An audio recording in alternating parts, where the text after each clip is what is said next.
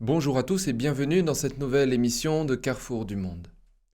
Le procureur général du Texas, Ken Paxton, dirige une coalition de 10 États pour soutenir l'interdiction par la Floride de la censure des Big Tech. Le gouverneur Ron DeSantis a signé une nouvelle loi en mai qui permet aux habitants de la Floride de poursuivre les réseaux sociaux qui censurent les utilisateurs sans normes cohérentes. La loi empêche également les entreprises technologiques de censurer les candidats politiques de la Floride. Les entreprises de médias sociaux qui déclassent des candidats pour des postes à l'échelle de l'État se verront infliger une amende de 250 000 $ et de 25 000 $ par jour pour les candidats à un niveau inférieur. Cependant, un juge de district a bloqué la loi en juin après que 2 entreprises ont déposé plainte. La partie intéressante est que les 2 sociétés soutiennent que la loi peut constituer une violation du premier amendement en obligeant les sociétés Internet à héberger des discours offensants qu'elles n'auraient pas autrement. Ils argumentent donc que la censure d'un discours dans ce cas protège la liberté d'expression, et le tribunal a accepté. Maintenant, la coalition des 10 États américains a déclaré que l'analyse du tribunal de district concernant le premier amendement est, je cite, « truffée d'erreurs ». Paxton a déclaré « La réglementation de la censure des Big Tech supprimera inévitablement les idées et les croyances de millions d'Américains. » Fin de citation. Plus tôt ce mois-ci, le gouverneur du Texas, Greg Abbott, a promulgué un projet de loi similaire. La nouvelle loi du Texas empêche les sociétés de médias sociaux comptant plus de 50 millions d'utilisateurs mensuels, en d'autres termes les Big Tech, de censurer des personnes pour leurs convictions politiques.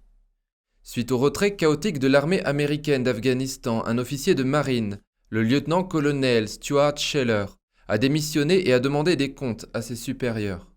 Pour cela, il a été arrêté et est actuellement en prison dans l'attente de son audience préliminaire. Scheller a d'abord attiré l'attention en publiant une vidéo sur Facebook, fustigeant les chefs militaires américains pour leur retrait d'Afghanistan. Il a posé de sérieuses questions concernant leur décision de commandement. Scheller a ensuite publié plus de vidéos sur les réseaux sociaux et a recueilli à la fois les éloges de la population américaine et la colère des chefs militaires. Ses supérieurs lui ont ordonné de se taire, mais il l'a ignoré. Il a senti que ses paroles pourraient éventuellement entraîner son arrestation. Mais dans son dernier message, il a déclaré « Je suis prêt pour la prison ». Le père de Scheller a défendu les actions de son fils. Je cite « Tout ce que notre fils a fait, c'est poser les questions que tout le monde se posait. Mais ils avaient trop peur pour parler à voix haute. » Toujours aux États-Unis, une université de Washington a créé des logements séparés spécialement pour les étudiants noirs. La Western Washington University a désigné le 4e étage d'Alma Clark Glass Hall comme logement réservé à son programme Black Affinity Housing. Sur son site web, l'université déclare « Le programme explorera et célébrera la diversité des peuples et de la culture noire et afro-américains dans un contexte historique et contemporain. » Fin de citation. Par diversité, l'université a décidé de concevoir un espace de vie exclusivement réservé aux étudiants noirs. L'école a également vanté le fait que le programme de logement aiderait à favoriser, je cite, une communauté chaleureuse et dynamique favorisant la réussite sociale, personnelle et scolaire. D'autres universités de premier plan ont adopté des programmes de logement ségrégationnistes similaires, notamment Stanford et Cornell. Cette année, l'université Columbia a même organisé des cérémonies de remise des diplômes séparés par race, orientation sexuelle et statut socio-économique. Comme en France, le système éducatif américain est largement contrôlé par la gauche, en particulier les écoles de l'Ivy League, un groupe de 8 universités parmi les plus anciennes et les plus prestigieuses des États-Unis. Pour la gauche, être inclusif signifie rappeler constamment aux gens à quel point ils sont différents. L'inclusivité aurait dû être une bonne chose, mais la gauche a changé sa définition. C'est désormais utiliser l'inclusivité pour diviser et exclure certaines personnes. Maintenant, un zoom sur la situation à Taïwan. L'armée chinoise a envoyé lundi 52 avions militaires dans la zone de défense aérienne de Taïwan, le plus grand nombre jamais enregistré en une seule journée. Et au cours des 4 derniers jours, la Chine a envoyé 145 avions dans la zone d'identification de défense aérienne de Taïwan. Les vols ont commencé le 1er octobre lorsque 38 avions de l'armée populaire de libération ont survolé le sud-ouest de Taïwan avant de revenir alors que le régime chinois célébrait le 72e anniversaire de sa fondation. Les avions chinois ont effectué 39 autres sorties le lendemain et 16 autres vols le jour suivant, tous suivant une trajectoire similaire. Hier, l'armée de l'air chinoise a envoyé 52 avions, dont 3 douzaines d'avions de chasse et une douzaine de bombardiers. Le président chinois Xi Jinping a longtemps déclaré que l'indépendance n'était pas une option pour Taïwan et n'a pas exclu le recours à la force militaire pour réunifier l'île. Le porte-parole de la ville de Taipei et ancien ambassadeur Tom Chu a déclaré que Taïwan est un défenseur de la paix en Asie de l'Est et que le nombre record d'intrusions dans l'espace aérien de Taïwan constitue une menace sérieuse pour Taïwan et déstabilisera le statu quo de la paix en Asie de l'Est. La partie la plus importante dans sa déclaration, en ce qui nous concerne, nous, Français, est la suivante. Taïwan joue un rôle important dans les chaînes d'approvisionnement mondiales de haute technologie, en particulier dans l'industrie des semi-conducteurs. En effet, le Taïwanais TMSC est le leader mondial dans la fabrication des puces et possède jusqu'à 10 ans d'avance technologique sur ses concurrents. Selon Chu, si la crise n'est pas gérée correctement, les chaînes d'approvisionnement mondiales en haute technologie seront affectées et cela ralentira encore le rythme de la reprise économique mondiale. En vertu du Taiwan Relation Act de 1979, les États-Unis doivent soutenir les capacités de défense de Taïwan contre la Chine. Pour l'expert chinois Gordon Chang, étant donné que Xi Jinping brigue un 3e mandat au 20e congrès national du PCC fin 2022 et qu'il a fait lui-même de la prise de Taïwan une question cruciale, la pression sur Taïwan ne va faire qu'augmenter. Un ancien commandant de la marine chinoise, Yao Chang, a donné son point de vue aux médias NTD il y a plusieurs mois. Yao Chang est un ancien commandant du commandement naval du Parti communiste chinois. Il a servi dans la marine du régime chinois pendant plus de 20 ans, dont 10 ans dans la flotte de la mer de Chine méridionale. Il a participé à la bataille entre le régime chinois et le Vietnam le 14 mars 1988. Dans son témoignage, il a dit qu'il avait fréquenté les écoles militaires chinoises à 3 reprises et qu'à chaque fois, tout le monde devait passer par une sorte de cérémonie où chacun doit jurer qu'il est prêt à sacrifier sa vie. Pour Yao Chang, libérer Taïwan est un complexe psychologique collectif très profond du régime et de ses soldats. Ce complexe psychologique collectif est dans l'esprit de l'armée du PCC depuis plus de 70 ans maintenant. Du leader de la première génération Mao Zedong aux jeunes soldats ordinaires d'aujourd'hui, pouvoir reprendre Taïwan est présenté comme le plus grand honneur qui durera pour toujours. Une autre motivation ou force motrice que le monde extérieur n'a pas remarquée est le besoin réel pour le PCC de reprendre le contrôle du détroit de Taïwan. Si le régime chinois peut contrôler le détroit de Taïwan, il peut alors franchir la première chaîne d'îles, accéder à l'océan Pacifique et briser le blocus ou l'embargo éventuel de l'Occident. Si le régime veut percer la première chaîne d'îles, il peut envisager 3 zones, la mer de Chine orientale, la mer de Chine méridionale et le détroit de Taïwan.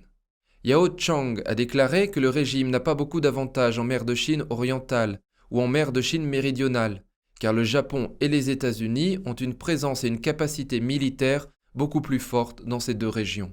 Cependant, si le régime peut prendre le contrôle du détroit de Taïwan, il peut tout de même atteindre cet objectif. Donc unifier le pays n'est pas la seule motivation du PCC. Le régime chinois a un objectif beaucoup plus grand en tête, c'est-à-dire l'océan Pacifique. Si le régime chinois peut avoir accès à l'océan et déployer ses sous-marins nucléaires de haute mer dans l'océan Pacifique, cela peut constituer une réelle menace et dissuasion pour les États-Unis. Selon Yao Chang, de nombreux experts et chercheurs chinois à l'étranger ont sous-estimé la détermination du régime à prendre le contrôle de Taïwan. Voilà donc pour le motif. Qu'en est-il de la capacité ? Beaucoup de gens disent que le régime n'ose pas attaquer Taïwan car sa puissance militaire est trop éloignée de celle des États-Unis et il n'ose pas défier les États-Unis et Taïwan. Mais Yao Chang n'est pas tout à fait d'accord avec ce point de vue. Il a dit que lorsque le PCC attaquera Taïwan, il lancera 2 batailles différentes. La première bataille est appelée la campagne anti-intervention, et son objectif principal est donc d'empêcher les États-Unis d'intervenir dans l'attaque du régime contre Taïwan. La seconde bataille seulement ciblera directement Taïwan. De plus, l'invasion de Taïwan ne se fera pas en une seule fois. Cela se fera progressivement en comprimant petit à petit l'espace taïwanais. Par exemple, les avions de combat du PCC ont déjà franchi la ligne médiane du détroit de Taïwan. La prochaine étape pourrait être d'aller harceler les îles Penghu. Ensuite, ils pourraient frapper certaines installations militaires à Taïwan qui ont un impact sur le continent. Ils pourraient lancer des frappes dites chirurgicales. Yao Chang a déclaré que selon ce qu'il a appris, la première cible du régime chinois pourrait être les 2 radars haute performance de Taïwan, car ces radars peuvent clairement détecter les mouvements de la plupart des avions décollant et atterrissant en Chine. Le PCC ne tolérera donc pas l'existence de ces radars. C'est aussi la raison pour laquelle le régime chinois était si furieux lorsque le soi-disant système THAAD, qui signifie système de défense de zone terminale à haute altitude, a été installé en Corée du Sud il y a quelques années. Quoi qu'il en soit, la bataille 2 du PCC est un processus graduel. Cela se passera comme ceci. Il fait un pas en avant, puis s'arrête pour voir la réaction des États-Unis. Si les États-Unis n'ont pas de réponse forte, ils feront alors un pas de plus et projetteront de plus en plus de pression sur Taïwan. Lorsque Taïwan est incapable de résister, ou lorsque Taïwan ne peut plus supporter la pression et se rend, le PCC prendra alors le relais. Peut-être que le régime n'aura même pas besoin de lancer de véritables attaques militaires. Ce n'est que si Taïwan ne se rend pas que les troupes du régime tenteront d'atterrir de force à Taïwan. Ce sera la dernière étape. L'invasion de Taïwan est donc un processus graduel, pas quelque chose à réaliser du jour au lendemain.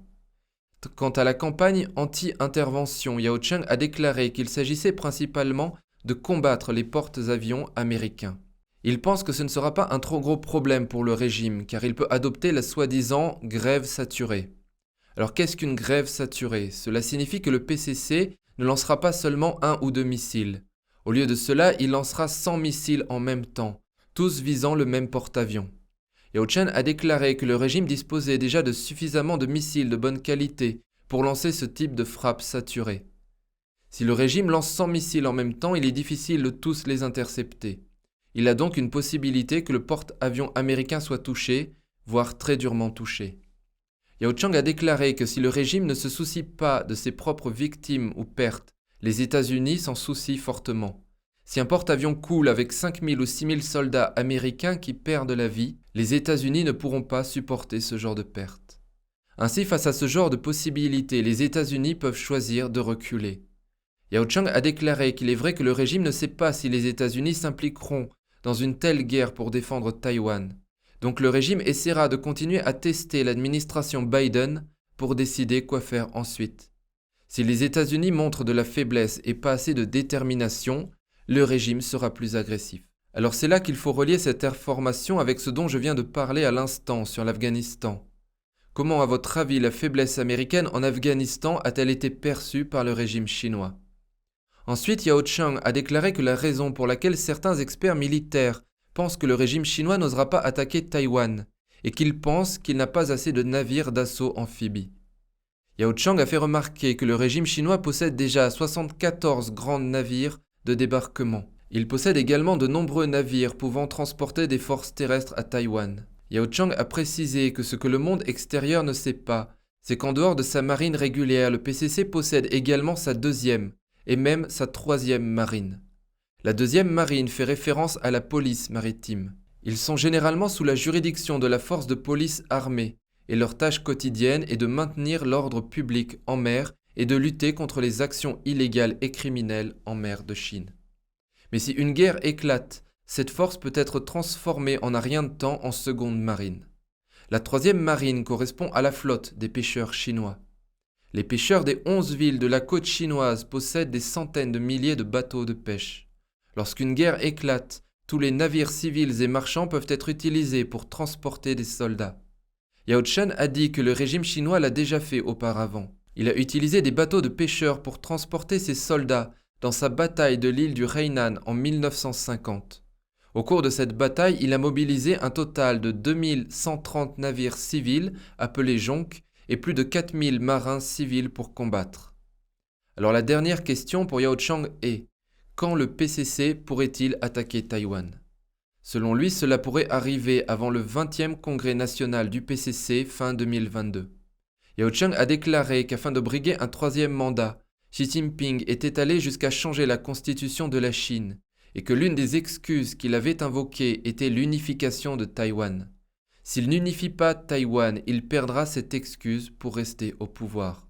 Ce sera aussi une faille utilisée par la faction rivale de Jiang Zemin, que certains appellent la faction de l'ancien régime, avec laquelle Xi Jinping est engagé dans une lutte à mort.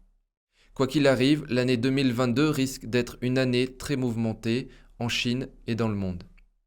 Voilà ce que je voulais vous dire pour aujourd'hui. Comme d'habitude, si vous avez apprécié cette émission, n'hésitez pas à vous abonner, partager et liker cette vidéo. Merci de m'avoir écouté, prenons soin les uns des autres et à très bientôt.